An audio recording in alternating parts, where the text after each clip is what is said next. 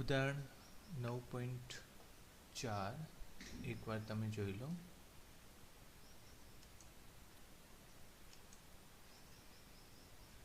એની અંદર તમને જે મેં પ્રશ્ન વાંચ્યો એ પ્રમાણે કીધું છે. પહેલાં તો r બરાબર 2 આપેલો છે, એટલે એના ઉપરથી f લેવાનો છે.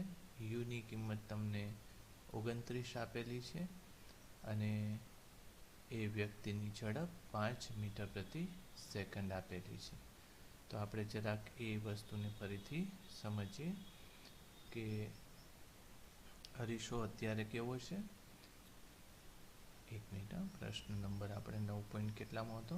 9.4. એટલે અહીંયા લખીએ કે ક્વેશ્ચન નંબર 9.4.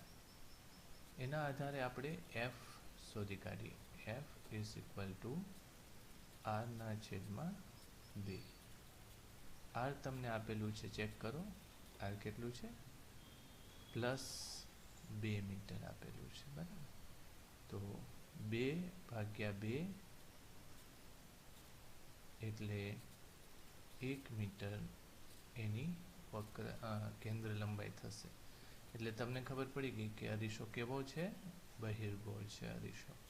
એની સામે કંઈક વસ્તુ મૂકેલી છે અને એ વસ્તુનું પ્રતિબિંબ ક્યાં રચાય એ આપણે લેવું છે. આ રીતે તમારે એનું પ્રતિબિંબ તમને ખબર છે કે જો બહિર્ગોળ અરીસો હોય તો એનું પ્રતિબિંબ પાછળની તરફ રચાય અને નાનું રચાય.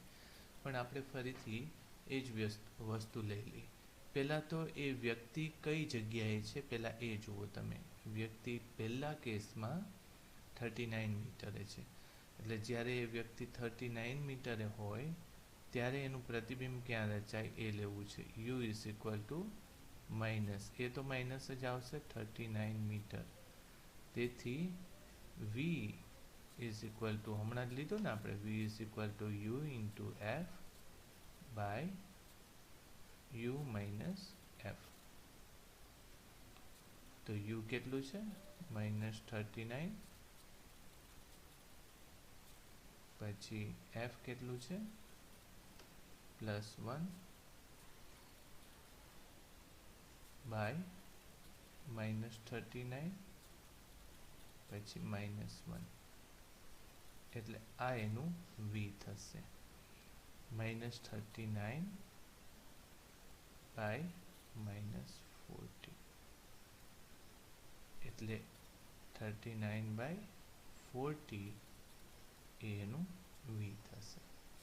ચાલો, હવે વ્યક્તિ 1 સેકન્ડ પછી અરીસા તરફ દોડે છે. તમે જુઓ તો કઈ તરફ દોડે છે? વ્યક્તિની ઝડપ આટલી હોય અને કાર એટલે અરીસા તરફ દોડતી આવતી હોય તો થોડા સમય પછી એનું u કેટલું થઈ જશે? એટલે અહીંયા લખીએ આપણે શું? 1 સેકન્ડ બાદ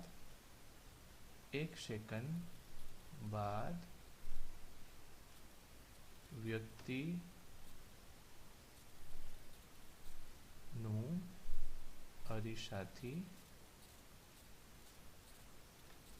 અંતર. 1 સેકન્ડ બાદ વ્યક્તિનું અરીસાથી અંતર કેટલું થશે? નવું અંતર ઘટી જશે ને, એટલે -35 થઈ જશે. તેથી 1 સેકન્ડ બાદ પ્રતિબિંબનું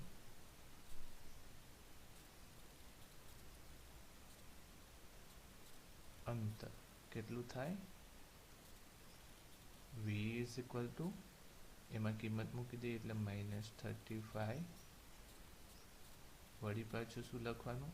1, વળી પાછું -35, -1, તો કેટલું થશે? -35/-36 એટલે 35/36.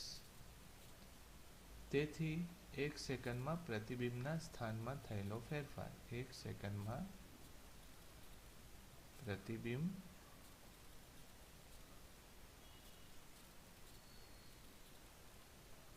ના સ્થાનમાં થયેલ ફેરફાર. બરાબર પ્રતિબિંબની ઝડપ થાય ને,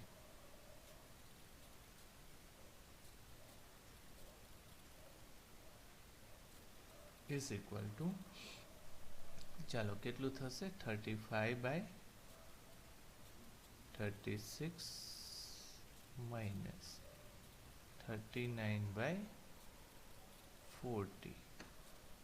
તો આવી કેલ્ક્યુલેશન તમે એકવાર કરી જોજો, બરાબર. 35 × 40 માઇનસ 39 × 36/36 × 40 થશે.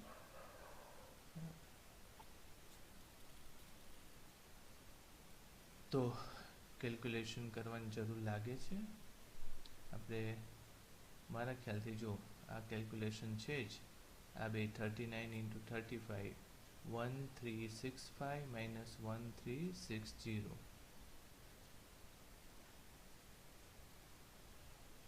ઓકે, એટલે આ કેટલું થશે, 1365 માઇનસ 1360 બાય 1400.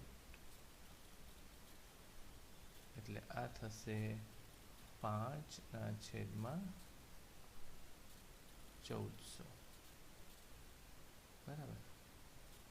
એટલે આને લખાય 2, પછી 4 વધ્યા એટલે 280.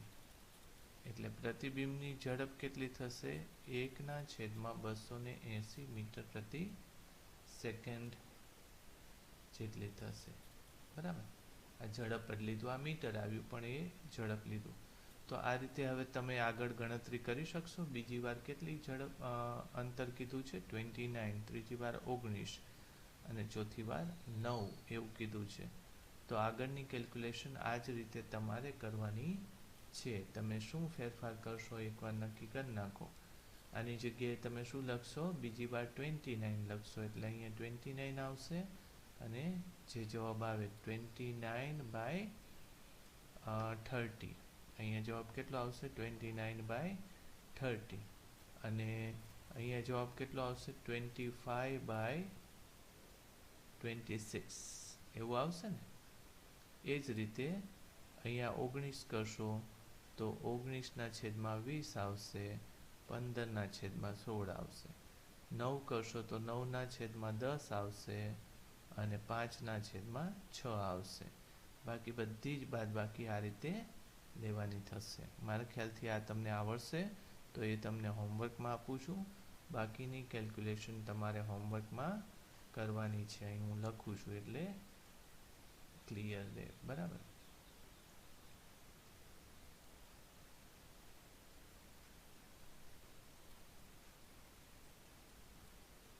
બાકીની ગણતરી શેની માટે, 29 માટે, પછી 19 અને 9 માટે હોમવર્કમાં કરવી. ઓકે, આવડશે તમને. આ હોમવર્ક આપ્યું એટલે આ હોમવર્ક તમારે ગણતરી કરી નાખવી પડશે. ચાલો ટેક્સ્ટબુકમાં આગળ જોઈએ. હવે વાત આવે છે વક્રીભવનની, બરાબર. હવે રિફ્રેક્શન, એને શું કહેવાય છે, રિફ્રેક્શન કહેવાય છે. રિફ્રેક્શનનો આપણે આમ તો જોઈએ તો ડિટેલમાં નથી આપ્યું ચોપડીમાં, તો હું પણ એટલું ડિટેલમાં નથી લેતો. ખાલી હું તમને સમજાવી દઉં કે વક્રીભવન કહેવાય છે કોને, રાઈટ. આમ તો એની વિસ્તૃત ચર્ચા થઈ શકે. જ્યારે પ્રકાશનું કિરણ કોઈ એક માધ્યમમાંથી બીજા માધ્યમમાં જતું હોય, બરાબર. જેમ કે આ એક માધ્યમ છે, આ માધ્યમને છૂટું પાડતી સપાટી છે, આ માધ્યમ 1 છે અને આ માધ્યમ 2 છે. જ્યારે પ્રકાશનું કિરણ એક માધ્યમમાંથી બીજા માધ્યમમાં આપાત કરીએ ત્યારે શું થાય છે, ધારી લો કે પ્રકાશનું કિરણ આવી રીતે આપાત કર્યું,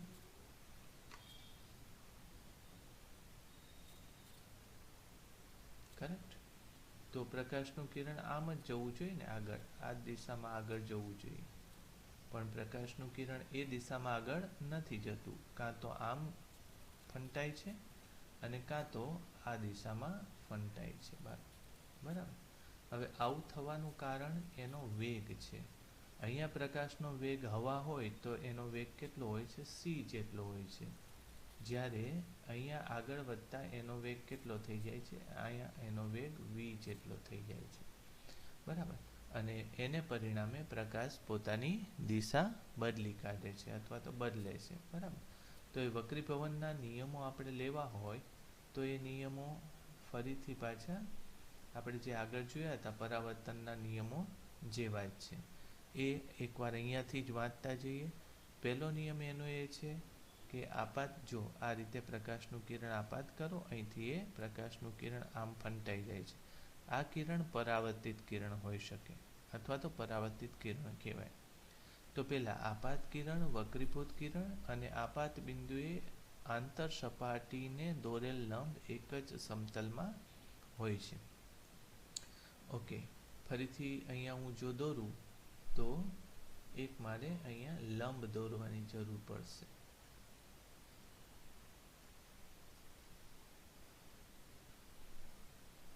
અહીંયા આપણે શું કરીએ? એક લંબ દોર નાખીએ.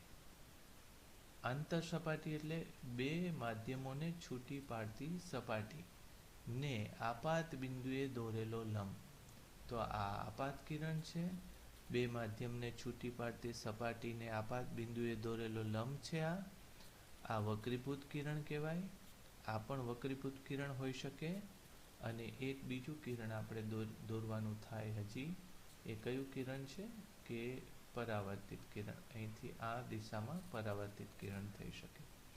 એટલે આપાત કિરણ, વક્રીભૂત કિરણ અને બંને માધ્યમોને છૂટા પાડતી સપાટી ઉપર આપાત બિંદુએ દોરેલો લંબ એક જ માધ્યમમાં હોય છે, એક જ સમતલમાં હોય છે, એવું આ પહેલું વિધાન કહે છે. પછી આપેલા બે માધ્યમો માટે આપાત કોણનો સાઇન અને વક્રીભૂત કોણનો સાઇનનો ગુણોત્તર અચળ રહે છે બરાબર. એટલે જો હવે એ સમજાવું કે આપણે આ ખૂણો જે છે પરાવર્તનના નિયમ પ્રમાણે આપાત કોણ અને પરાવર્તન કોણ બે સમાન હોય છે. એટલે આપાત કોણ જો હું I લખું તો આ પરાવર્તન કોણ પણ I જ થવાનો છે. પણ આ કોણને જો હું વક્રીભવન કોણ કહું, એને જો R કહું, R ને અંગ્રેજીમાં વક્રીભવનને શું કહેવાય છે? વક્રીભવન ને અંગ્રેજીમાં રિફ્રેક્શન કહેવાય. શું કહેવાય? રિફ્રેક્શન. એટલે રિફ્રેક્શન ઉપરથી એના ખૂણાને R લેવામાં આવ્યો છે. તો આ બે ખૂણા સમાન નથી હોતા. I અને R સમાન નથી હોતા. એટલે સૌથી ઓછામાં ઓછો R ક્યારે હોય? જ્યારે વધારેમાં વધારે આપાત કોણ હોય ત્યારે ઓછામાં ઓછો વક્રીભવન કોણ હોય. પછી જેમ જેમ આ ઘટતું જાય એમ આ પાછો વધતો જાય. એક સમય પછી પાછું આ વધારવાની સાથે આ ઘટે છે બરાબર. એ ટાઈપનો નિયમ હોય છે. એટલે પહેલાં તો હું શું કહી શકું કે આમ કહેવાય કે I વધે તો R પણ વધે છે. નિયમ એવો છે. પણ I માં ધારો કે 5નો વધારો થાય તો R માં 5નો વધારો થાય એવું જરૂરી નથી. એટલે આ ખોટું છે. તો એમ આગળ ચર્ચા કરતાં કરતાં વિચાર કર્યો કે ભાઈ I sin I is equal two ચલે છે sin R. એ સાચું છે પાછું. એ જ રીતે કોસ પણ લઈ શકાય, પણ કોસ આમાં લેવામાં આવતું નથી બરાબર. કારણ કે કોસ એ સાઇનના કરતાની કિંમતો એની વ્યસ્ત હોય છે બરાબર, ઉલટી હોય છે, વધારાની સામે ઘટાડો હોય છે. તો પછી આમ કહી શકાય કે sin I બરાબર કંઈક અચળાંક, જેમ કે n લખું, sin R એવું થઈ શકે. તેથી n બરાબર sin I by sin R. આવું કંઈક નિયમ થાય.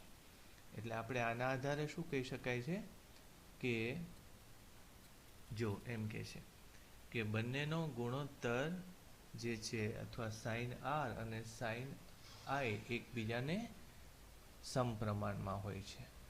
હવે અહીંયા જે અચળાંક મેં બનાવ્યો એ અચળાંક કોની ઉપર આધાર રાખે છે? તો કે બંનેને માધ્યમો ઉપર આધાર રાખે છે. અચળાંક બંનેને છૂટા પાડતી માધ્યમો, બરાબર. એટલે એક માધ્યમ નહીં પણ માધ્યમો પર આધારિત છે. એટલે એને શું કહેવાય છે? બીજા માધ્યમનો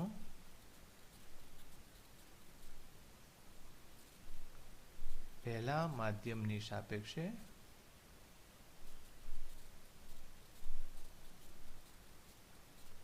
વક્રીભવનાંક. બીજા માધ્યમનો પહેલા માધ્યમની સાપેક્ષે એને કહેવાય છે વક્રીભવનાંક, બરાબર. તો એ વક્રીભવનાંકને આપણે વ્યવસ્થિત લખવા માટે આમ લખીએ છીએ n બીજું માધ્યમ પહેલું માધ્યમ. આમ તો આ n નથી, એને શું કહેવાય છે? ઈટા કહેવાય છે. શું કહેવાય છે? ઈટા, બરાબર. આવી રીતે લખીએ છીએ. પણ આને n તમે બોલો તોય વાંધો નથી, એમાં કોઈ મુશ્કેલી નથી થતી, બરાબર.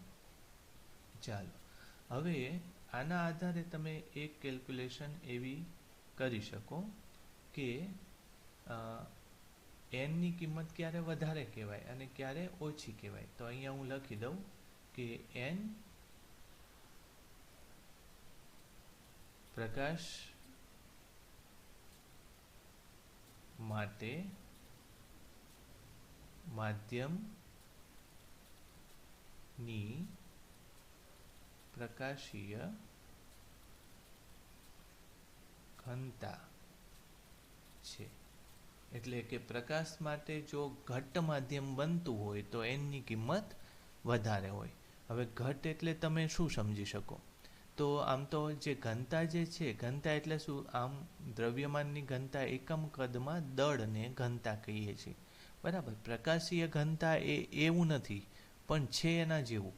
જેમ કે હું 3 વસ્તુ લઉં, કેરોસીન, પછી બીજું પાણી, ત્રીજું કાચ અને હજુ એક લઈ લે હીરો.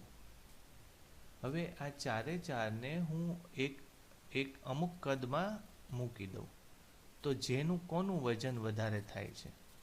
તો એની દ્રવ્ય ઘનતા વધારે હશે. તો કેરોસીન હલકું છે, પાણી થોડું ભારે, કાચ એનાથી ભારે, હીરો એનાથી ભારે. એટલે હીરાની દ્રવ્ય ઘનતાને આપણે રો લખીએ, હીરાને માટે ડાયમંડ લખીએ, એ વધારે છે. કાચ માટે ગ્લાસ લખીએ એના કરતાં. પછી પાણી માટે એની દ્રવ્ય ઘનતા ઓછી અને કેરોસીન માટે સૌથી ઓછી. તો એ જ રીતે હવાની સાપેક્ષે ડાયમંડ જે છે એની ઘનતા, કાચની ઘનતા, પ્રકાશીય ઘનતા આવી રીતે થાય. એટલે આ બધા જ માધ્યમોમાંથી પ્રકાશને પસાર થવા માટે વધારે તકલીફ હીરામાં પડે. એટલે આમ ચોપડીમાં એવું લખ્યું હશે કે પ્રકાશીય ઘનતા અને દ્રવ્ય ઘનતા એક નથી. પણ તમને ખબર પડે કે પ્રકાશીય ઘનતા વધારે હશે તો દ્રવ્ય ઘનતા પણ એની વધારે હોવી જોઈએ. પણ રો ડી એટલે કે હીરાની દ્રવ્ય ઘનતા એ હીરાની પ્રકાશીય ઘનતા જેટલી ન હોય, યાદ રાખો. એમ એની ના પાડે છે. એટલે હીરો વધારે ઘટ્ટ કહેવાય. તો એનો મતલબ શું થયો કે હીરાની અંદર સાઇન આઈ ની કિંમત સાઇન આર કરતાં ઘણી મોટી હશે. તો આઈની કિંમત આર કરતાં ઘણી મોટી હશે હીરા માટે. એટલે પ્રકાશનું કિરણ વધારે પ્રમાણમાં હીરામાં વક્રીભવન પામશે.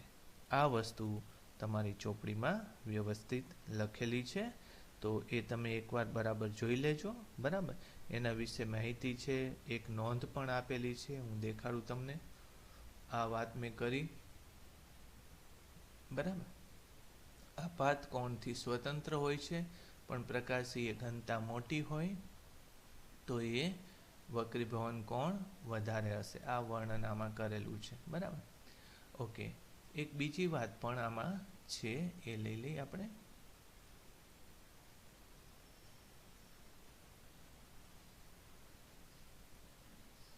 ઓકે, એક કામ કરશું, આ હું તમને આવતા વિડીયો લેક્ચરમાં સમજાવી દઈશ, રાઈટ? ઓકે.